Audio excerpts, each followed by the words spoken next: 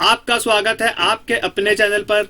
दोस्तों, income tax act 2025 आ चुका है और इनकम टैक्स डिपार्टमेंट ने इस एक्ट में बहुत सारे बदलाव किए हैं जो कि एक नॉर्मल सैलरी पर्सन के लिए बहुत ही जरूरी है। दोस्तों, अगर आपने पिछले असेसमेंट ईयर में कंपेयर किया होगा आपकी ओल्ड टैक्स रिजीम और न्यू टैक्स रिजीम की टैक्स लायबिलिटी को, तो आपने पाया होगा कि आपका ओल्ड टैक्स रिजीम के अंदर ज्यादा टैक्स बन रहा है। इसलिए दोस्तों बहुत सारे टैक्स पेयर्स क्या कर रहे हैं कि न्यू टैक्स रिजीम के अंदर शिफ्ट हो रहे थे। लेकिन दोस्तों, इनकम टैक्स एक्ट 2025 के अंदर ओल्ड टैक्स रिजीम में इनकम टैक्स डिपार्टमेंट ने कुछ बदलाव ऐसे किए हैं जिससे आपकी टैक्स लायबिलिटी क्या होगी, न्यू के कंपैरिजन में कम आने वाली है। दोस्तों, आज के वीडियो में पूरा डिस्कस करेंगे या प्रैक्टिकल एग्जांपल से समझेंगे कि ऐसे वो कौन से बदलाव आए हैं, और हम आपको समझाएंगे अगर आपने ओल्ड टैक्स रिजीम ऑप्ट किया इनकम टैक्स एक्ट 2025 यानी कि आपका टैक्स ईयर 26 और 27 में, तो आपकी जो टैक्स लायबिलिटी है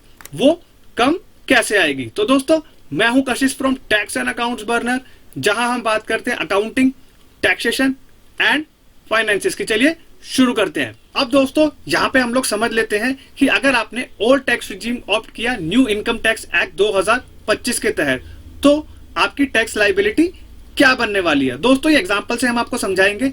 हमने यहाँ पर क्या लिया है, बेसिक हेड्स ले लिए सैलरी के और इंटरेस्ट इनकम भी लिया है, और यहाँ पे हमने उनको यहाँ पर डिडक्शंस दे दिए, क्योंकि दोस्तों अगर आप ओल्ड टैक्स रिजीम ऑप्ट करते हैं तो आपको यहाँ पर डिडक्शंस भी मिलती है। यहाँ पे दोस्तों हमने क्या लिया है, ओल्ड टैक्स रिजीम लिया है न्यू एक्ट के अंदर, और यहाँ पे हमने ओल्ड रिजीम लिया है 1961 के एक्ट के हिसाब से, और यहाँ पे हमने लिया है न्यू टैक्स रिजीम। अब दोस्तों तीनों ही एग्जांपल्स में हम आपको यहाँ पर कंपैरिजन करके बताएंगे कि अगर आपने न्यू इनकम टैक्स एक्ट के हिसाब से ओल्ड टैक्स रिजीम लिया। अब दोस्तों यहाँ पे हम एग्जांपल को समझ लेते हैं।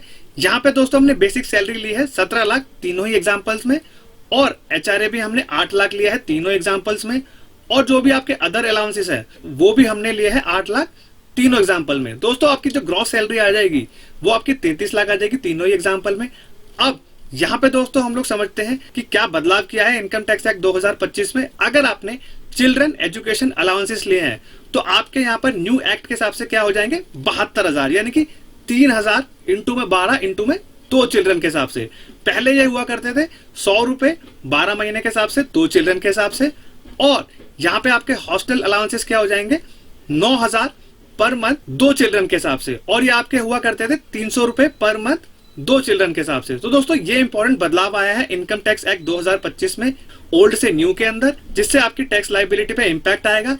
अब यहाँ पे आपके एचआरए एग्जेम्प्ट हो जाएंगे 3,52,000 न्यू के हिसाब से और ओल्ड के हिसाब से भी, और आपको यहाँ पर कोई भी अलाउंसेस की एग्जेम्पशन नहीं दी जाती न्यू टैक्स रिजीम के अंदर, यानी कि आपके चिल्ड्रन एजुकेशन अलाउंस भी नहीं मिलेंगे आपको, और हॉस्टल अलाउंसेस भी नहीं मिलेंगे, और एचआरए भी आपका यहाँ पर एग्जेम्प्ट नहीं होगा। अब दोस्तों यहाँ पर स्टैंडर्ड डिडक्शन आपकी आएगी 50,000 आपकी आएगी न्यू एक्ट में भी, ओल्ड में ही 50 रहने वाली है, और जो न्यू टैक्स रिजीम है उसमें आपकी स्टैंडर्ड डिडक्शन हो जाएगी 75,000 रुपए। अब यहाँ पे दोस्तों आपकी जो टैक्सेबल सैलरी आ जाएगी तीनों एग्जाम्पल में, इसमें आ जाएगी न्यू एक्ट के हिसाब से आपकी आएगी 26,10,000, और ओल्ड एक्ट के हिसाब से आपकी ओल्ड टैक्स रिजीम के अंदर आएगी 28,88,400 रुपए, और न्यू टैक्स रिजीम में आपकी सैलरी आ जाएगी 32,25,000 रुपए। अब दोस्तों आपको तीनों ही एग्जाम्पल में हमने यहाँ पर 50,000 का इंटरेस्ट रखा है कि आपको 50,000 का इंटरेस्ट मिला है तीनों ही एग्जाम्पल में। उसके बाद आपकी जो टैक्सेबल इनकम होने वाली है वो आपकी हो जाएगी 26,60,000 पहले एग्जाम्पल में न्यू एक्ट के हिसाब से, और ओल्ड एक्ट के हिसाब से आपकी 29,38,400 आ जाएगी 1961 के हिसाब से, और यहाँ पे आपकी न्यू टैक्स रिजीम हो जाएगी 32,75,000। अब दोस्तों यहाँ पे आपके डिडक्शंस आ जाएंगे 80C का। 2 एग्जांपल में हमने 1.5 लाख लिया है क्योंकि न्यू टैक्स रिजीम में आपको 80C का डिडक्शन नहीं मिलता है। 80CCD2 के अंदर हमने तीनों एग्जांपल में 1,70,000 रखा है, और 80CCD1B के अंदर आपकी जो डिडक्शन है वो आपकी 50,000 हो जाएगी 2 एग्जांपल्स में, और न्यू टैक्स रिजीम में कोई डिडक्शन नहीं मिलेगी इसकी। 80D में आपकी डिडक्शन हो जाएगी 50,000 दोनों ही एग्जाम्पल में, और न्यू में आपको कुछ नहीं मिलता है, और 80TTA की आपकी जो डिडक्शन मिलेगी वो आपको इंटरेस्ट पे मिल जाएगी 10,000 रुपए दोनों एग्जाम्पल में, और न्यू में आपको कुछ नहीं मिलता है। अब दोस्तों आपकी नेट इनकम कितनी आ जाएगी 22,30,000 रुपए न्यू एक्ट के हिसाब से, और ओल्ड के हिसाब से आपकी आएगी 24,18,400 रुपए, और न्यू टैक्स रिजीम में आपकी नेट इनकम हो जाएगी 31,05,000 रुपए। अब दोस्तों यहाँ पर अगर आप कंपैरिजन करेंगे तो आपके यहाँ पर न्यू एक्ट के हिसाब से टैक्स आ रहा है आपका 5,07,60 रुपए, ओल्ड एक्ट के हिसाब से आपका आ रहा है 5,87,620 रुपए, और न्यू टैक्स रिजीम में आपका जो टैक्स आ रहा है वो 5,31,960 रुपए आ रहा है। अब दोस्तों हम 1961 के हिसाब से कंपेयर करते हैं कि आपकी न्यू टैक्स रिजीम और ओल्ड टैक्स रिजीम में क्या लाइबिलिटी आई है। यहाँ पे दोस्तों ओल्ड के हिसाब से आपकी 5,87,620 आई है और न्यू टैक्स रिजीम में आपका जो टैक्स आया है वो 5,31,960 रुपए आया है। अब दोनों में से जो भी कम होगा वो क्या करेगा, सैलरी एम्प्लॉय ऑप्ट कर लेगा, यानी कि 5,31,000 आपका जो टैक्स है वो एक सैलरी एम्प्लॉय ऑप्ट कर लेगा ओल्ड टैक्स के अंदर। अब दोस्तों यहाँ पे हम बात करते हैं न्यू के हिसाब से। अब न्यू के अंदर अगर आपने ओल्ड टैक्स रिजीम ऑप्ट किया तो आपकी जो टैक्स आ रहा है वो 5,0760 रुपए आ रहा है और न्यू टैक्स रिजीम में यही आपका रहने वाला है सेम। तो आपका जो टैक्स आ रहा है वो 5,31,960 रुपए आ रहा है, जो कि दोस्तों अगर आप कंपेयर करेंगे न्यू को ओल्ड से तो दोस्तों आपको यहाँ पर ओल्ड टैक्स रिजीम में फायदा होने वाला है, क्योंकि इसके अंदर आपको यहाँ पर 31,000 तक का आपको टैक्स का बेनिफिट यहाँ पर दिया जा रहा है। तो दोस्तों ऐसे ही क्या कर सकते हैं, आप कंपैरिजन कर सकते हैं, अपनी इनकम के हिसाब से अपना टैक्स निकाल सकते हैं।